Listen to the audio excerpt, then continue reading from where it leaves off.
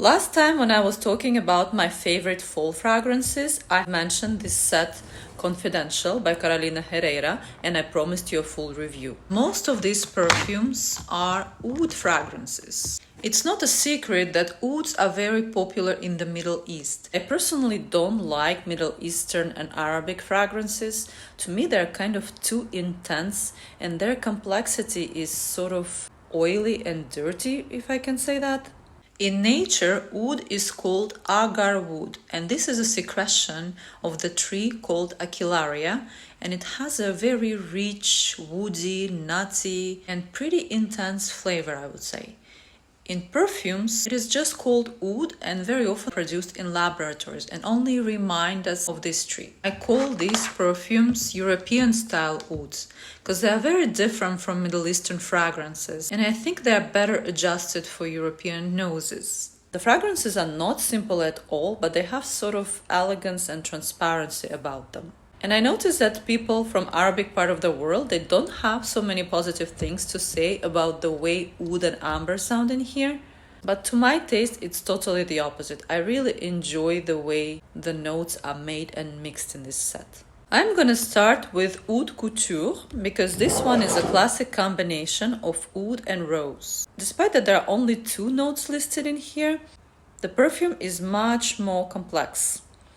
And the complexity comes from a powdery veil. And this powdery veil has some citruses in here and spices. Despite that you have 2 kinds of roses in here, Taif rose and damask rose, I would not say that this is a rosy perfume. I would say that this is powdery oud. And this powder projects really nicely, has a wonderful trail and very good longevity. Another perfume in the set that has rose in it is called Burning Rose, and here we have a Bulgarian rose. And this rose is surrounded by a mysterious incense. In the description it says ginger burnt with patchouli. In fact, I don't feel so much ginger, I feel a little spice of it maybe, but I feel the sweetness of patchouli, and this sweetness is reached by the mix of patchouli and cinnamon. Rose is standing a little bit aside and you can catch it somewhere in the veil, but you cannot say that it's like really wow dominant rose fragrance. If you are a lover of sweet spices and roses, this is definitely a perfume you would like. And it kind of reminds me of another one that is called 500 Years by Etat Libre d'Orange. They are very different in their olfactive pyramid, but they do sound very much alike to me. I have a separate video dedicated to 500 Years fragrance, so if you'd like you can watch it, because the notes there are also much more complex than the olfactive pyramid. And one of the notes in there is cacao. And in this set I also have cacao, and this one is in a fragrance called Gold Myrrh Absolute. The description of Gold Myrrh Absolute did not look very attractive to me at the beginning.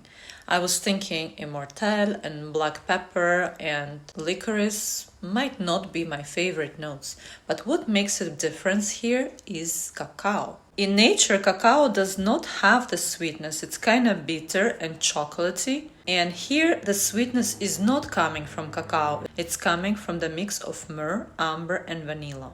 And if I had to imagine the texture of this perfume, for me this would be a very thick syrup, like maple syrup. But this fragrance became one of my favorites in the set. And this cacao is so rich that it really dominates the fragrance. And the combination of amber, myrrh and vanilla put a sweetness that is very warm and needed in wintertime. Another perfume in the set that can probably compete in the category sweetness is called Sandal Ruby. You know, in fragrances, they actually don't use red santal, they use white santal. And it is present in here, but it's not dominant. The dominant note in here is cinnamon. This one is patchouli sweetened with a lot of cinnamon. The collection Confidential by Carolina Herrera has actually 2 sweet patchoulis. And one of them is Sandal Ruby, the other one is Nightfall Patchouli. So I'm going to try them side by side to see how they are different. Here I have a miniature of Nightfall Patchouli and I'm going to put it on my right hand.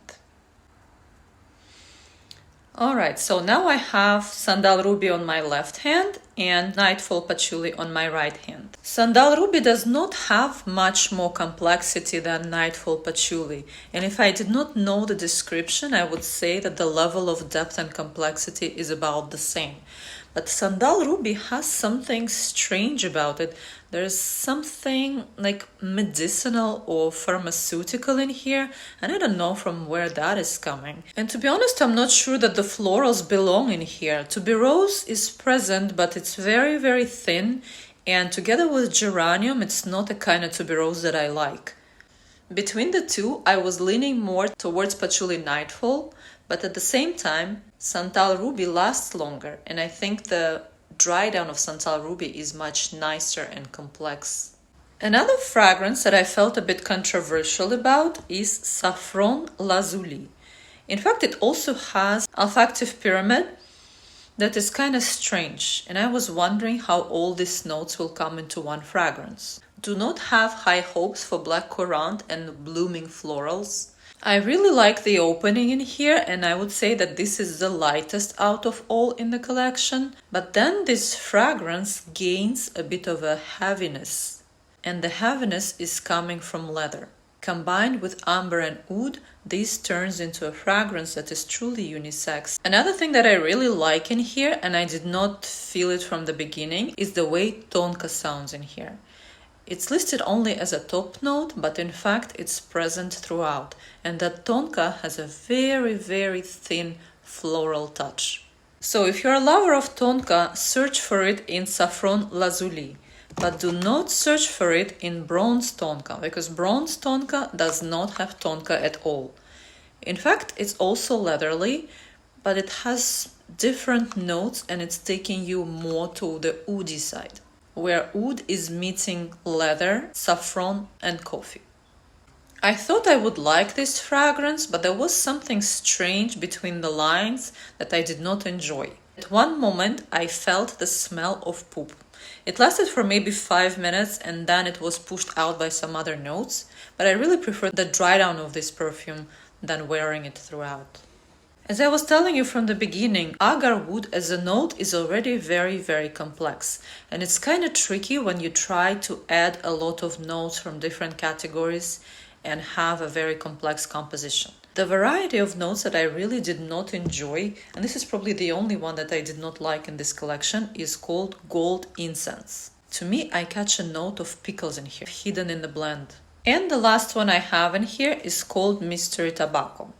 You know, the way agar wood smells, it smells as if it already has a bit of a tobacco. And this fragrance is amazing because it does not have oud in the composition, but with the other notes that are some spices and woods, it kind of imitates agar wood, going slightly towards tobacco direction with a bit of sweetness in it. But in fact, you have tonka beans and amber as a base.